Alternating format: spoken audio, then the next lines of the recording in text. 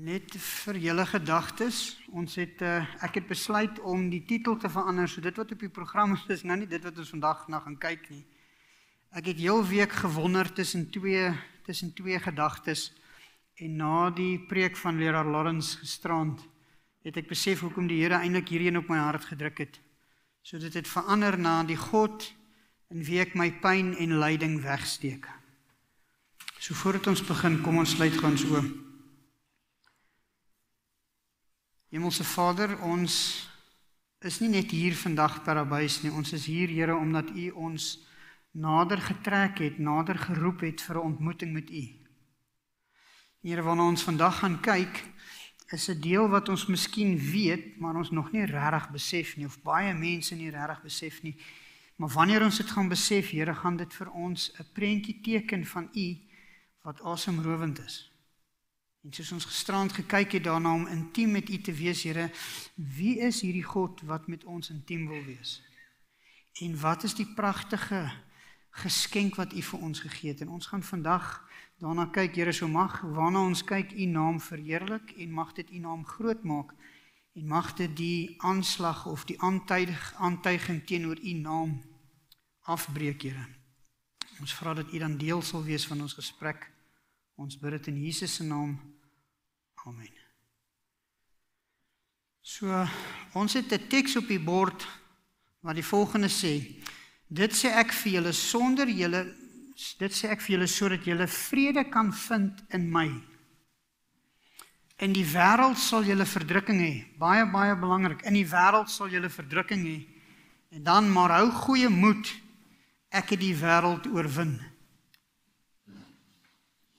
So ek wil vanoggend begin deur om 'n persoonlike verhaal met julle te deel.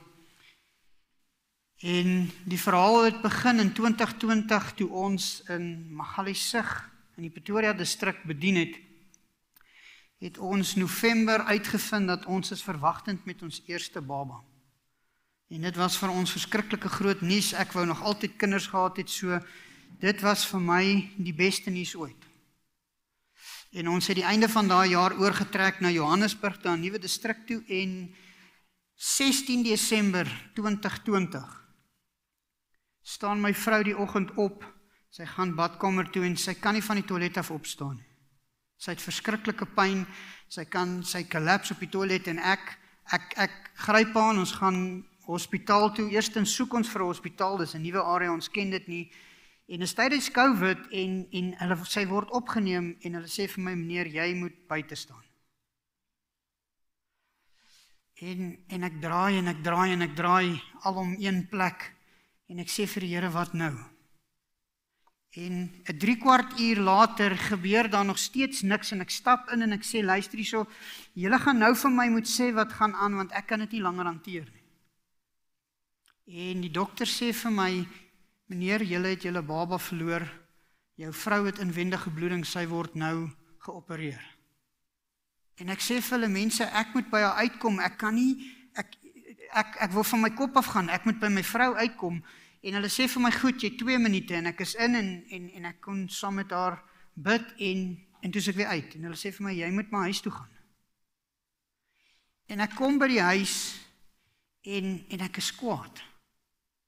En ek sê vir die Here, hoe werk dit? Ek werk as predikant vir jou, jy is veronderstel om my agterhoede te dek, en ons het gisterand na die vraag gekyk, en ek sê, Here, wat help dit, ek werk vir jou, en ek moet dinge van jou deel, en wanneer dit prakties in my lewe moet gebeur, dan is jy net nêrens nie. En in my begin 'n 8 maande proses van waar ek werklik waar met die Here moet stry oor wat ons vandag nou gaan kyk. Sien, wat is trauma? Trauma is iets wat ons redeneringsvermoë vergiftig, ons oordeelsvermoë. Nou daar is 'n deel A van die evangelie en ons almal ken dit, maar min mense besef dat daar is 'n deel B van die evangelie. Ons almal ken deel A van die evangelie, hoekom het Jesus kom sterf, maar ons besef nie dat daar is 'n tweede deel van die evangelie, en as ons dit verstaan, dan maak dit God en sy karakter vir ons oop soos 'n blom. Sien, die wêreld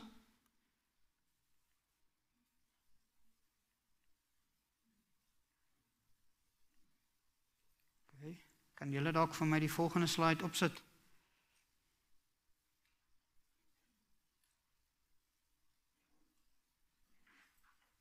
Die wêreld kyk so na trauma.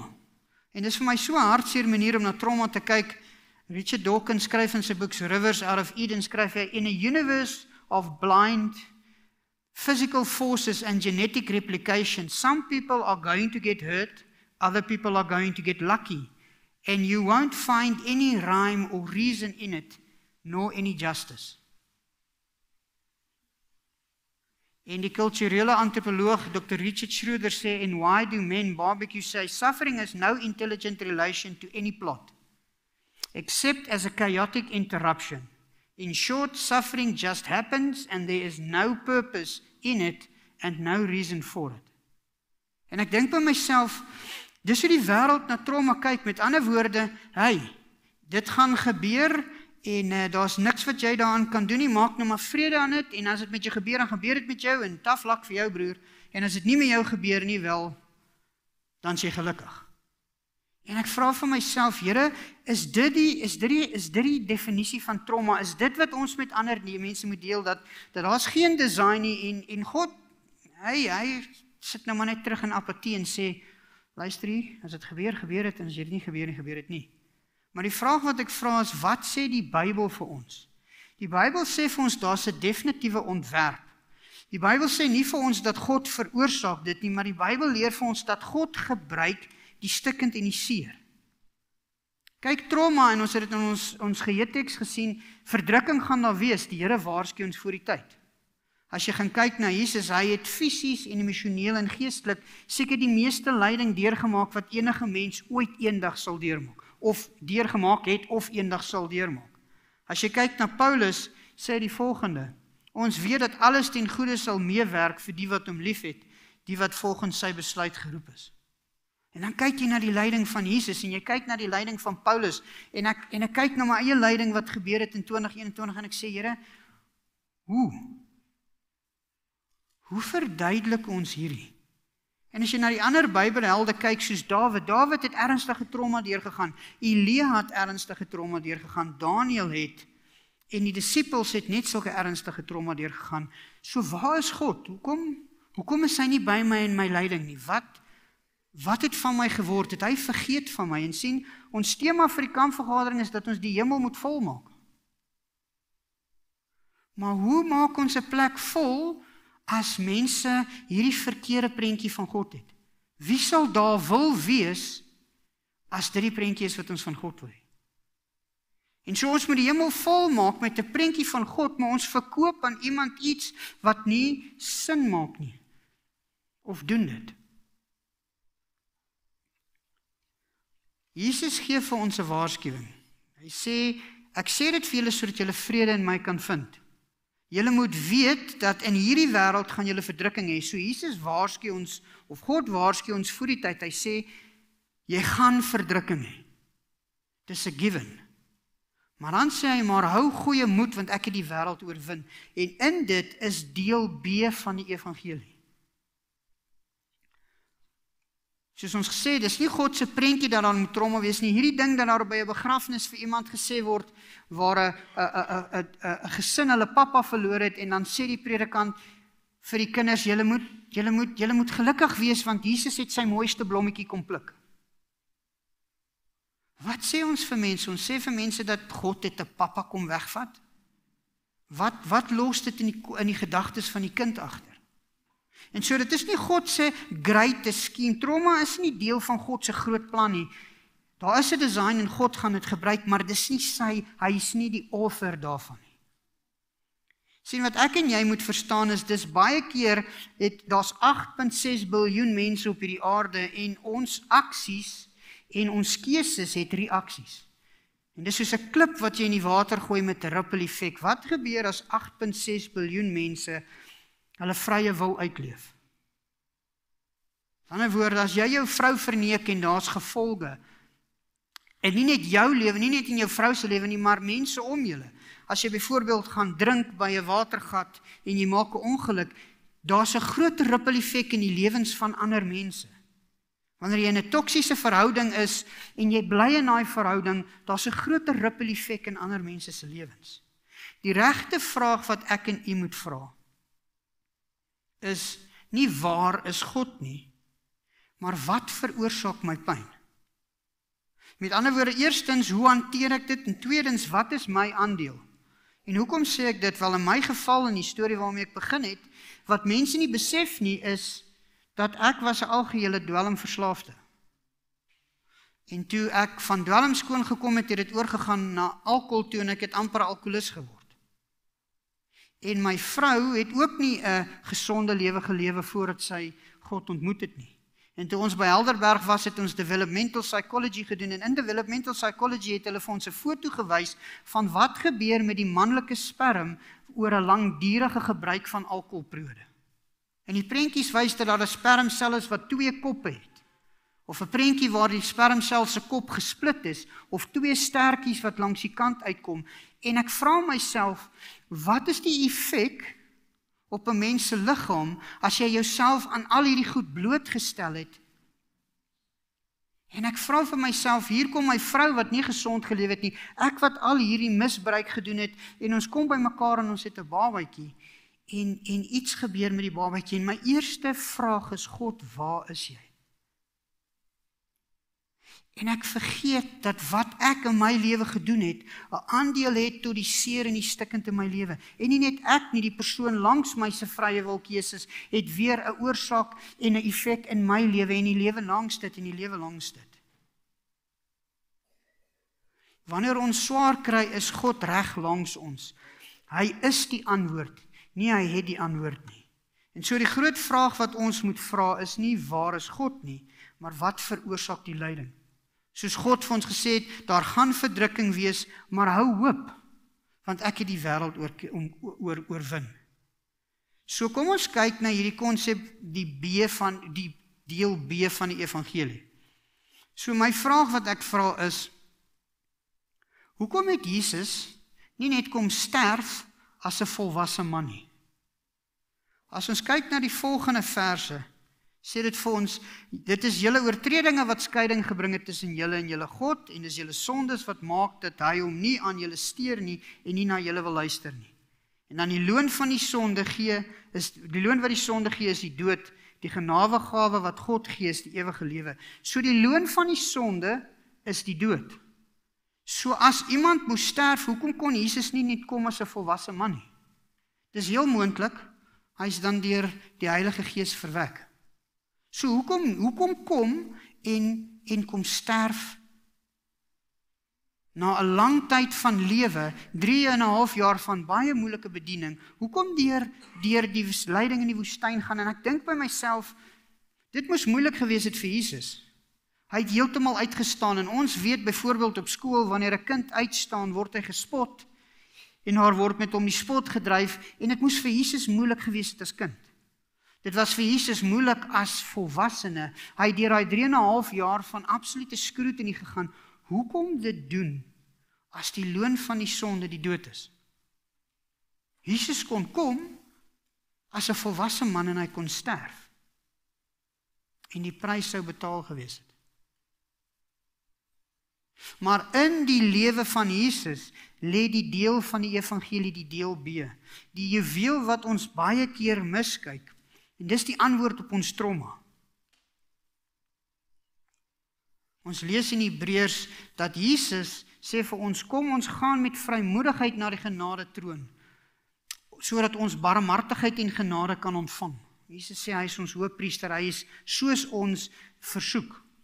En dan sê dit sodat ek barmhartigheid kan ontvang, en ek dink by myself, Here, waar was my barmhartigheid toe my vrou in 'n noodoperasie lê met inwendige bloeding en ons het ons babatjie verloor? Waar was jou barmhartigheid toe? Maar Jesus sê dit vir ons, en omdat die woord dit vir ons sê, is dit 'n feit. So wat gaan aan? Wat is opgevang in die deel B? Met ander woorde, ons kan na Jesus toe gaan in vrymoedigheid, want ons het barmhartigheid van sy troon ontvang. Met ander woorde, jy kan na Jesus toe gaan met daai donker deel, daai stikken, daai seer van jou, wat jy nie eers met iemand anders te deel nie, wat in jou hart is, wat niemand van weet nie. Jy kan met dit na God toe gaan. Sien, hier is die vraag, hoekom moes Jesus ly? En die antwoord is in Lukas 4 vers 18. En dis die deel B van die evangelie. Die deel B van die evangelie sê, die Gees van die Here is op my, omdat hy my gesalf het om die evangelie aan die armes te verkondig. Hy het my gestuur om vrylating aan die gevangenes uit te roep en herstel van sig vir die blindes, om onderdruktes vry te stuur. Met ander woorde, Jesus het deur hierdie gevoelens, hierdie stikkend, hierdie seer gegaan, hierdie aanvalle gegaan, sodat hy iets kan kry wat hy vir jou en my wil gee. Is jy al vasgevang in emosies van stikkend en seer?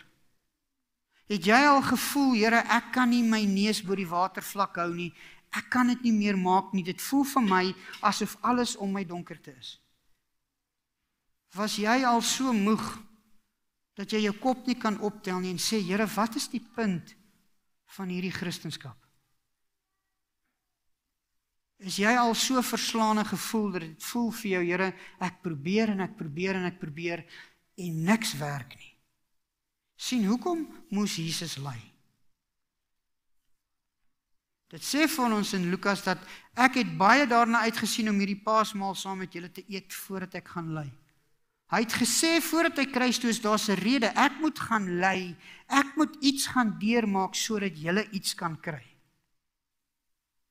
In Psalm 1:29 sê, die Here het nooit vir ons gesê, ek gaan hierdie stikkend en hierdie seer wegvat nie. Wat het hy vir ons gesê in Psalm 23 vers 4? Selfs al gaan ek deur die donker dieptes, ons het gisteraan daarna gekyk, sal ek nie bang wees nie, want U is by my, in U hande is ek veilig. En dis die antwoord, dis die deel B van die evangelie. Jesus het deur hierdie stikkend gegaan, sodat hy iets vir jou en my kan gee. Sien, ek kom na Jesus toe en ek sê, Here, waar is jy in my pyn en lyding? En ek besef nie, dat Jesus het pyn en lyding ervaar, hy het gelewe en nie net gesterf as 'n volwasse man nie, sodat hy iets kon verkry, wat ek nodig het in 2025, wanneer ek voel asof ek vasgevang is, wanneer ek voel ek is stikkend, wanneer ek voel ek is moeg, wanneer ek voel ek is verslaan, want dis hoe die wêreld daar buite voel. Dis die mense wat ons moet nooi om die hemel vol te maak. En dis hoe meeste mense daar buite voel. En God sê, ek het iets gekry wat jy met die mense moet deel, wat vir hulle gaan wys, dat daar is hoop vir jou moegheid. Daar is hoop vir jou verslaanheid. Daar is hoop vir die tyd wat jy vasgevang word. Ons het negatiewe gedagtes wat groei tot negatiewe gevoelens, wat dan lei tot die gedrag. Sien, hier is wat gebeur het. Jesus het nie ingegee nie, Jesus het nie ingegee nie in die negatiewe gedagtes wat ek en jy sal kry. Jesus het geen gevoelens van bitterheid, vrees en skaamte gehad nie. Jesus het geen sondige optredes gehad nie. En Jesus het die oorwinning gegee oor elke ervaring, emosie wat ek en jy ooit kan trotseer. Met ander woorde, Jesus het deur daai stikkend en seer en moeilike lewe beweeg, sodat hy die oorwinnings kan kry wat ek en jy nodig het wanneer ek en jy in daai situasie staan.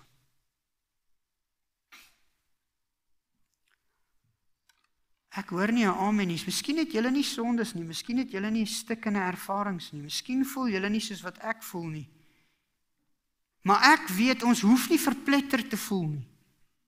Ons hoef nie te voel of ons onoorwonne is nie, want God het vir ons die antwoord klaar gegee. Jesus was geïsoleer om alleen te wees. Was jy alleen? Jesus was mishandel, was jy al gemishandel? Was jy al verwerp of het jy al verwerp gevoel? Wel, Jesus was verwerp. Was jy al deur ander seer gemaak? Jesus moes deur dit gaan. Was jy al deur ander mense verraai? Het mense jou al regtig in die steek gelaat? Maar Jesus was verraai. Was jy al verneder deur mense? Jesus was verneder. Was jy al verstoot deur mense? Jesus is verstoot. Jesus was versoek om sy pyn en lyding te verdoof of daarvan te ontsnap. Was jy al versoek om te self-medicate met dwelms of drank of kos of onnatuurlike seks of wat ook al?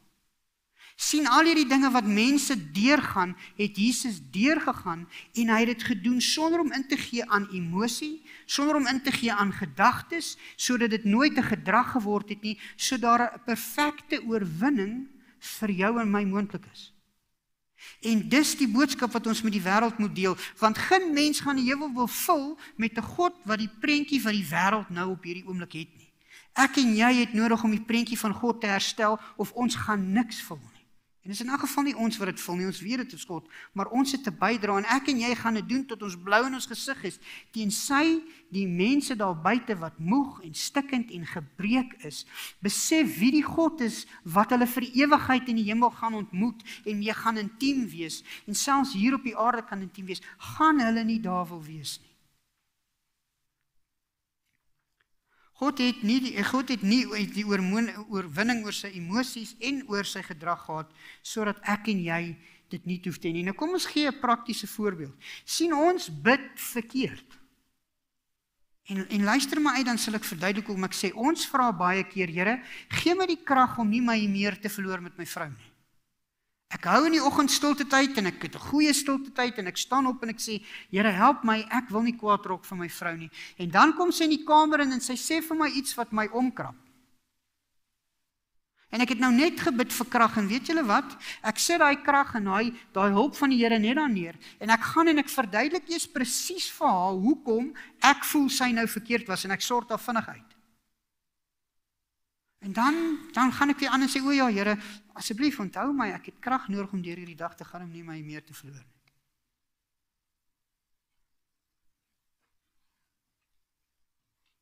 Sien, God wil nie vir jou en my krag gee om die probleme op te los nie, want wie het dan 'n aandeel daarin? Dis God, en dan gebruik ek sy krag en ek woeker so bietjie daarmee, en hey, ek is eintlik okay, want ek het nou nie my meer verloor nie, ek het die Here se krag gebruik, ek het vasgestaan, ek het nie my meer verloor nie.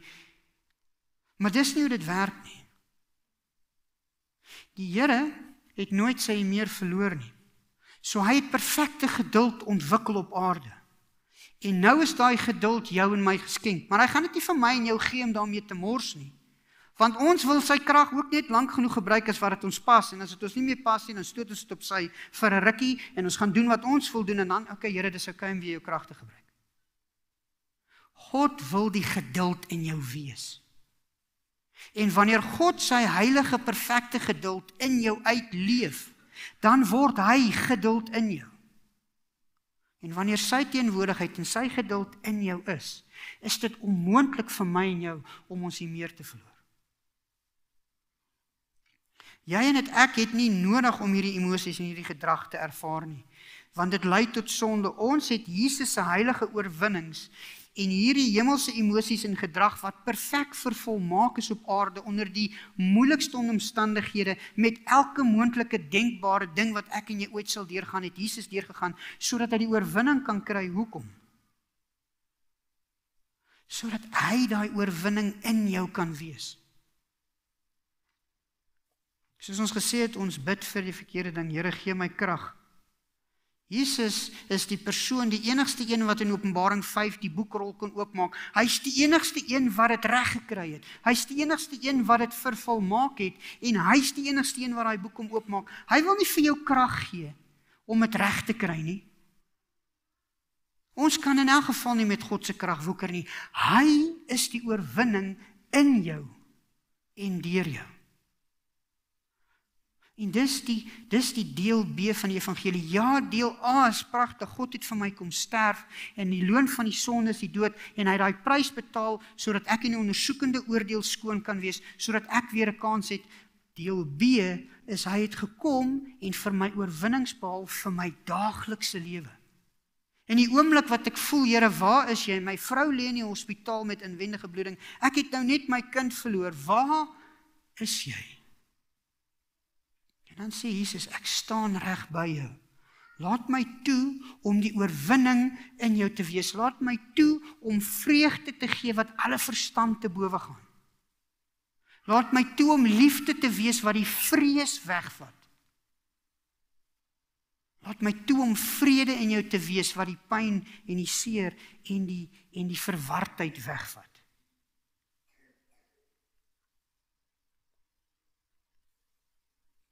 Hy wil die oorwinning in jou en deur jou uitleef. Hy sê, nooi my in die oomblik van jou kwaad, jou vernedering en jou vrees, en ek sal deurbreek soos die son, en my heilige karakter in die donker in jou, en die donker in jou lewe verjaag met strome van lig en lewe.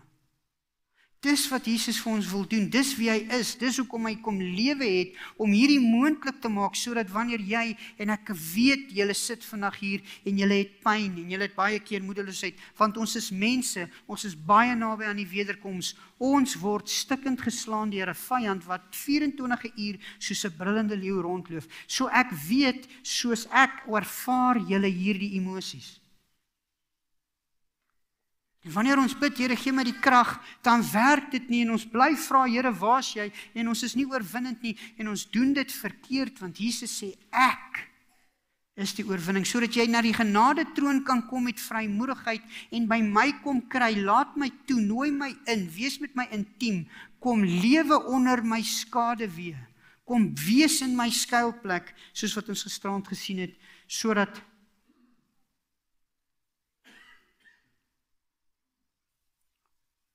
julle, sodat ek die oorwinnings vir julle kan gee. Jesus sê, ek is die lig van jou lewe. Ek is die herstel vir jou gebroke hart. Ek is die genesing. Ek wil my storie met jou storie verbind. Ek wil in myself in jou infuse, en jou stikkend en jou seer en jou lyding. Sien, ons moet beweeg van 'n inligting oor die evangelie, 'n kopkennis, na 'n toepassing van die evangelie, prakties, tot 'n daadwerklike transformasie. En baie van ons hak vas by die inligting deel van dit, of by die toepassing, maar dit verander nie ons lewe nie. Ons begin nie om oorwinnende Christene te word nie, ons begin nie om bo hierdie emosies van stikkend en seer en vrees te lewe nie, want ons probeer dit nog steeds met die helfte van ons krag en die helfte van God se krag. En wanneer dit nie werk nie, is die eerste ding wat hierdie wêreld doen, is hulle sê, waar is jy God? Maar hoe onregverdig is dit teenoor God, wat liefde is, wanneer ons nie bo ons emosies kan lewe, met die oorwinnings wat hy vir ons gegee het, dat ons hom gaan, en ons het dan nog die audacity om vir hom die skuld te gee, en te sê, hey, waar is jy? Hoekom los jy my so, Here? Waar is jy? Ek is 'n predikant, hoekom kyk jy na my nie? En die Here sê vir my, maar dis omdat jy my nie wil innaai nie. Jy wil vashou in jou emosies, of jy wil my vra vir 'n bietjie krag om te probeer speel daarmee. Ek is hier, nooi my in, en ek gaan vir jou die antwoord gee. En dit is die ewige lewe, dat hulle u ken, die enigste ware God, en Jesus Christus wat u gestuur het. Dis 'n intieme kennis van God. Dis waar ons gisterand gesien het, dat ons hom in ons lewe innooi, en wanneer hy in ons lewe is, op 'n intieme vlak, dan begin ons gesond word. Ons gaan na God toe op soek na seëninge en antwoorde of genesing, in plaas daarvan om hom te soek. Gebed gaan nie oor die dinge kry of oplos van my probleme nie, maar oor verhouding, om met God op 'n intieme persoonlike vlak te verbind. Maar ek en jy is so gekonsentreer op ons probleme, en hulp soek vir ons probleme, in plaas van dat ons God soek, wat al reeds die hulp vir ons probleme is. En ons mis die punt. Ons mis die punt van 'n verhouding met God. Wat bedoel ek hiermee? Hoe maak 'n mens dit prakties? Wel, kom ons kyk na my verhaal. Vir 8 maande lank, en ek wens ek kon dit vir julle verduidelik, vir 8 maande lank het ek in Rodepoort in Panorama Kerk op die preekstoel geklim, Sabbat vir Sabbat, en ek het vir die Here gesê, ek wil nie hier wees nie.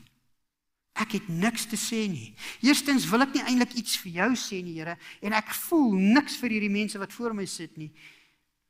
Wat? En Here, as jy nie 'n boodskap gaan bring nie, dan gaan dit 'n gemors wees. En vir 8 maande het ek vir die Here kwaad geword. Het ek op hom geskree, en ek is 'n mens, ek kan dit nie herken, al is ek 'n predikant, ek maak foute, en ek het geskree, en ek het kwaad geword, en ek het hom verwyd. En sien, die Here wou nie gehad het dat ek hierdie letsels moes opdoen nie. Dit het amper my bediening gekos, dit het amper my huwelik gekos. En vir 8 maande worstel ek met hierdie, en ek vra, Here, gee my krag, en geen krag kom nie, en ek voel of ek krag het, en dan hou dit vir 'n uur, en ek sê vir die Here, weet jy wat, ek's klaar. Ek gaan wegstap en ek wil niks weer ooit met jou te doen hê nie. En die Here moes my deur hierdie proses vat vir 8 maande, sodat ek kon leer, dat jy mis die punt. Jy mis die punt heeltemal. In plaas van om te vra vir krag, in plaas van om te help, het ek nodig gehad om Jesus in te nooi, te sê, Here, ek is so seer. Ek het nou net my kind verloor. Ek het nou net my vrou sien ingaan in 'n noodoperasie. Ek weet nie of sy daar gaan uitkom nie. Ek is stikkend. Kom wees in my die liefde wat die vrees verban. Kom wees in my die vrede wat alle verstand te bowe gaan. Kom vat my hand. Kom lei my na die troon toe, sodat ek vrede en vreugde en oorwinning van my seer en stikken kan kry. Ek het gevoel dat God my verlaat het. Hy wat ek vertrou het om na my om te sien, het my in die steek gelaat. Ek het gefokus op wat ek gedink het die oplossing moet wees, in plaas daarvan om na God toe te gaan en om toe te laat om uit te leef wat hy reeds volbring het. Jesus is versoek deur my gevoelens van pyn, my verwerping, my haat, my depressie, my seer. Hy is selfs versoek deur my gevoelens van haat. En Jesus is versoek om op te los, of Jesus is versoek om op te tree, soos wat ek moes opgetree het in daai situasie. So ek eindig af met, hoe lyk dit vandag? Sien, ek het al hierdie letsels opgedoen, ek het amper my huwelik verloor, ek het amper my predikantskap, my ministry verloor, en ek het letsels opgedoen. En as ek net aan God vasgehou het op die manier wat ek vandag vir julle verduidelik, deel B van die evangelie, die oorwinning wat Jesus vir my behaal het, as ek net vandag vasgehou het, sou ek oor die donker of deur die donker nevels kon sien, want vandag het ek 'n pragtige sonskyn dogtertjie. Die lus van my hart.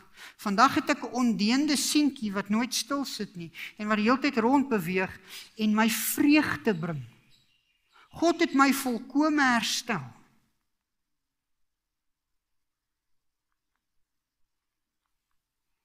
Hy wou nooit hê dat ek deur die ervaring moes gaan en die littekens moes opdoen wat ek dra nie.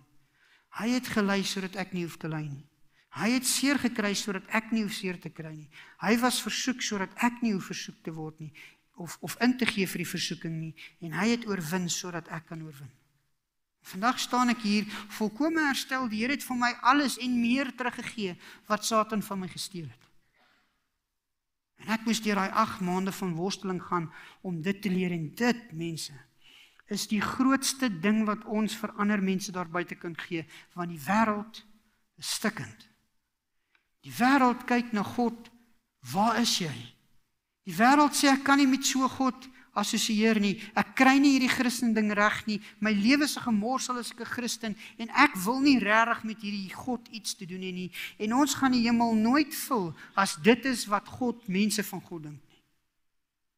En so ja, God het vir my sondes kom sterf, maar deel B is hy het vir my alles kom ontwikkel en vervolmaak, sodat ek in my oomblik van stikkend en seer 'n antwoord het.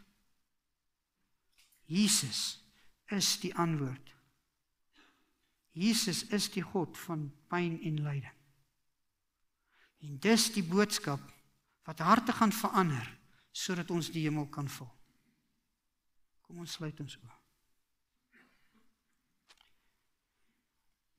Hemelse Vader, dankie dat U nie net vir my kom sterf het nie, maar dat U deur 'n moeilike kind wees gegaan het, 'n moeilike tiener gegaan het, 'n moeilike volwasse stadium gegaan het, en toe 3,5 jaar deurgegaan het, waar U seker so alleen moes gevoel het, waar U permanent konstant deur Satan aangeval is, waar U eie mense U verraai en verlaat het, waar U alleen op hierdie aarde vir sonde moes stry, of teen sonde moes stry.